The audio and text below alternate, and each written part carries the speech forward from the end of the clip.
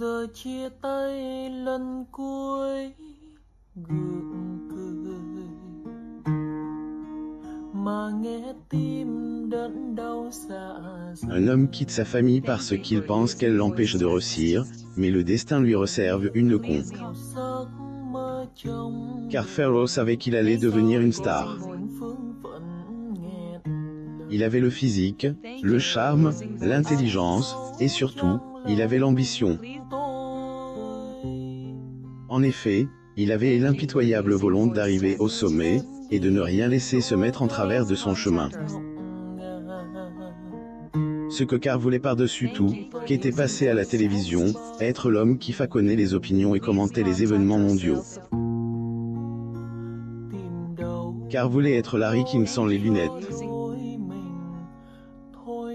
Carr était animé par l'ambition de devenir une star.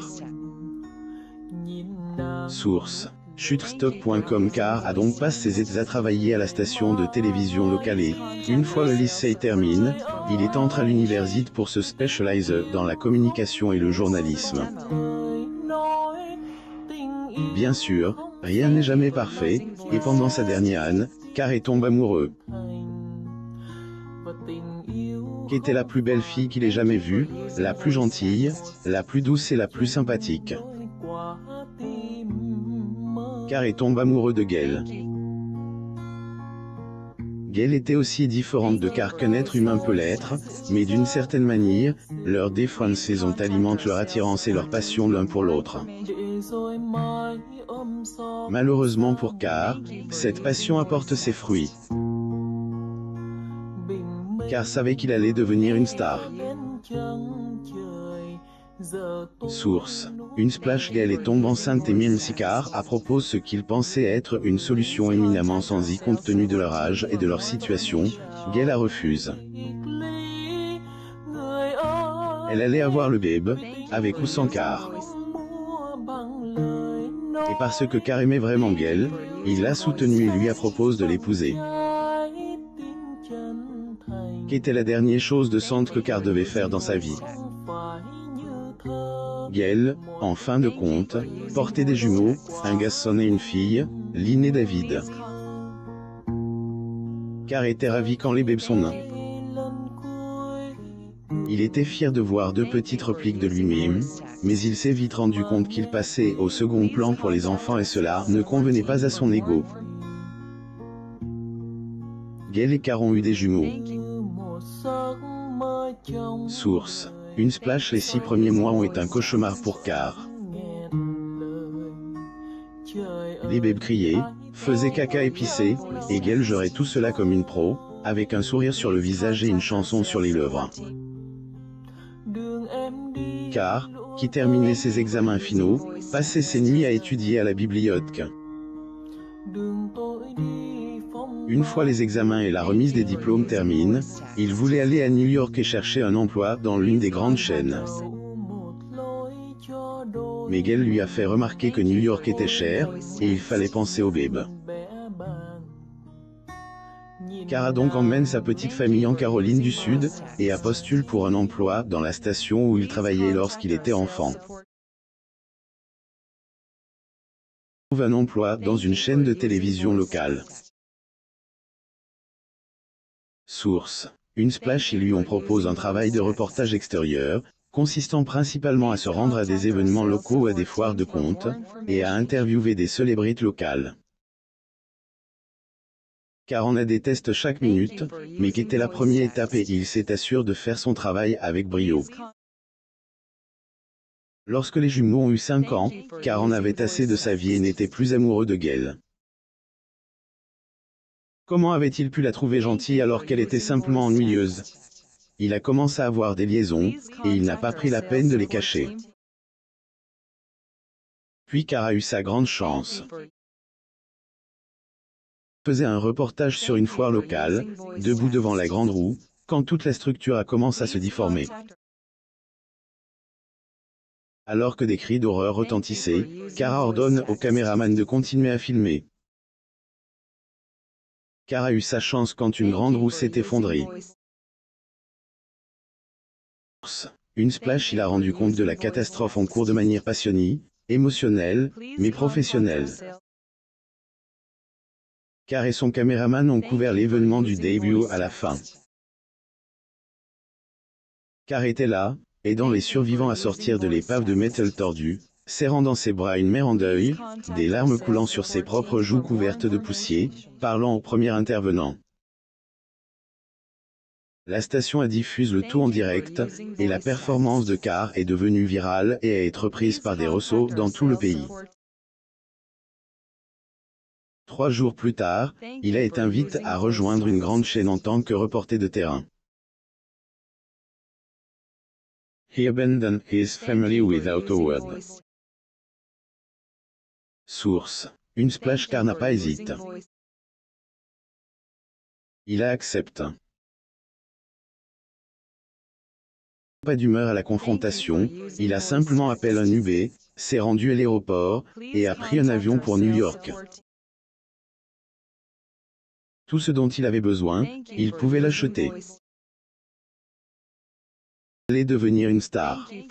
Heureusement, Cara demande le divorce avant de signer son contrat avec la chaîne, de sorte qu'il n'y aurait pas de gros salaire à attribuer à Gale par les tribunaux. Car pensait à son avenir. Le succès n'est pas tout, et peut coûter très cher si vous abandonnez votre âme. Il s'est avéré que Carr était aussi bon qu'il l'avait toujours cru et il est rapidement devenu presque aussi célèbre que Larry King et voyage dans le monde entier pour interviewer les riches, les personnalités, les dirigeants. Carr était au sommet du monde. Source. Une splash, il n'a plus jamais pensé à Gale ou aux enfants. Un après-midi, il se préparait à faire l'interview d'un sénateur controverse, quand son téléphone sonne. Car, c'est Gale. Ont besoin de ton aide. Lynn est malade. Lynn? Qui est Lynn? Demande Carr. Ta fille. Gale a crié, c'est moi, Gale. Je suis désolé, dit froidement Carr, je ne vous connais pas. Il a raccroché et s'est mis au travail. Était une interview brillante et Carr a démoli le sénateur. Il n'a plus jamais pensé au coup de téléphone. Carr a été poursuivi en justice et a tout perdu. Source. Une splash en l'espace de 10 ans, Carr gagnait des millions par an, mais il avait aussi un problème d'alcoolisme. Il a également commencé à faire des avances inappropriées à certaines des jeunes filles engagées par la chaîne, et l'une d'entre elles s'est plainte. La chaîne, inquiet des répercussions, a licencié Carr et personne d'autre n'a voulu l'engager. Ses victimes l'ont poursuivi pour dommages et intérêts, et les tribunaux l'ont dépouillé de tout ce qu'il avait.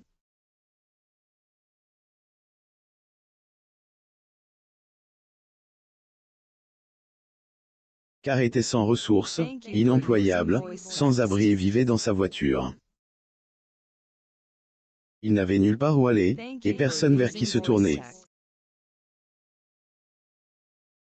Il s'est souvenu de son ex-femme, de ses enfants.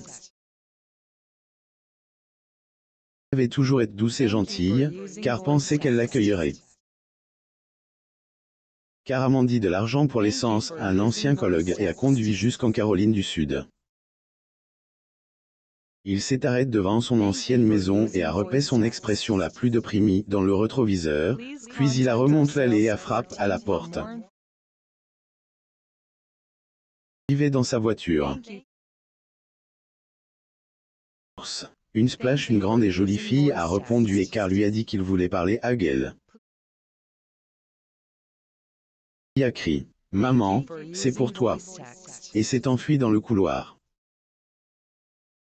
Carr a réalisé qu'elle devait être sa fille, Lynn. Puis Gale était là, paraissant à peine plus âgée que leur fille.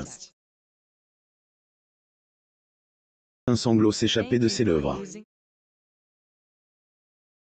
Gale? C'est moi, Carr. Gale la regarde avec une expression de concerti sur le visage.